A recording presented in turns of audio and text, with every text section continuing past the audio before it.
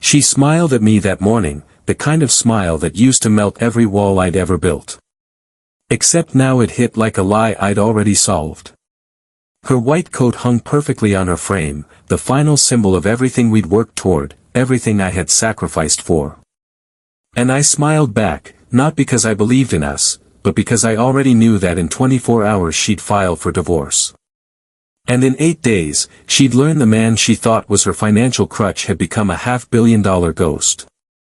6 years. That's how long I played the role of supportive husband.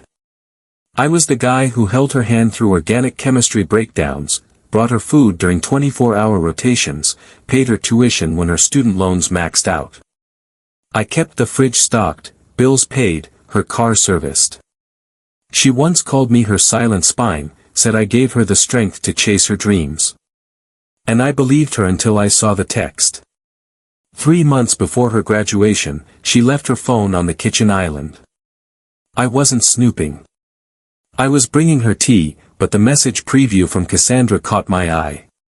Clock's ticking, girl. You still set on the post-grad freedom plan? And her reply burned into my brain like a scar. Yep. Filing the papers the day after the ceremony. Don't want his name on anything once I'm licensed. That was the last time I felt anything like heartbreak. The pain didn't last long. Shock has a way of dulling the blade. But silence lets you sharpen your own. I didn't confront her. Didn't flinch. Just took inventory. I was 2 months from closing an acquisition deal on my cybersecurity startup.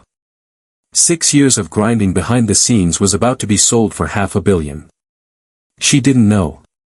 She had never asked. And that's when I started playing the game she didn't know she was already losing. First, I called my lawyer, a brutal woman with the charm of a guillotine. We rewrote every clause of my life, trusts, NDAs, corporate structures. By the time the ink dried, I didn't own my company anymore. My holding company did, and my holding company was owned by a trust, postnuptial, protected, irrevocable, and offshore. Then I started watching. Her late nights became later. Her phone never left her hand. She laughed harder at messages than anything I said.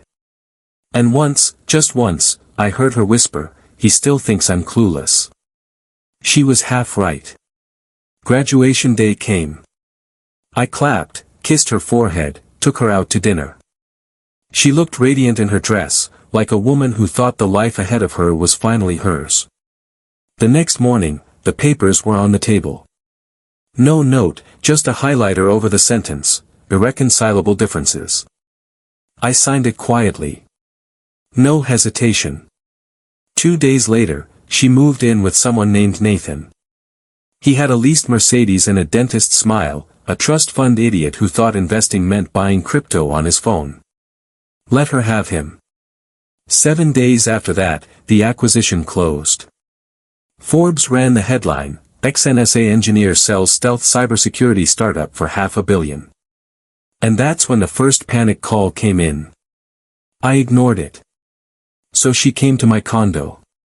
She was crying before she even knocked. I opened the door just enough to let the silence between us grow teeth. You sold it," she stammered.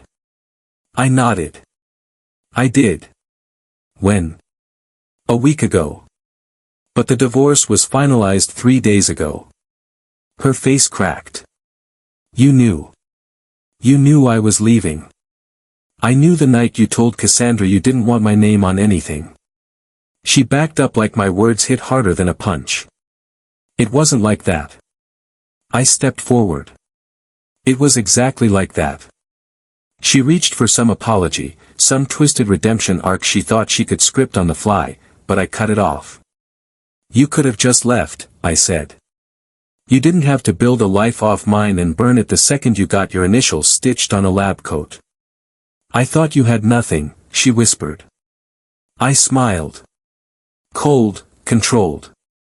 That was your first mistake. The fallout was quiet but complete. Her new life with Nathan, turns out he liked pills more than practice. He drained her savings within 6 months, left her with a ruined credit score and a suspension from the hospital after a drug-related scandal hit too close to her name. I never said a word, but she watched me from afar, saw the travel photos, the new projects, the speaking gigs. And always alone. No new woman, no revenge fling. Because that's not what this was about. It was about the principle, the lie, the fact that she thought I was a stepping stone when I was the architect of the mountain. Now some nights I sit on my balcony and read the letter she mailed me. Apologies, regrets, some nonsense about finding herself. She asked if we could talk. I shredded it. Forgiveness isn't weakness, but in my world, it's a luxury I reserve for the innocent. She buried that privilege the moment she turned love into leverage. People always say revenge isn't worth it. They've clearly never done it right. Mine was silent, surgical, satisfying. And the best part? She played her move first, but I played the last.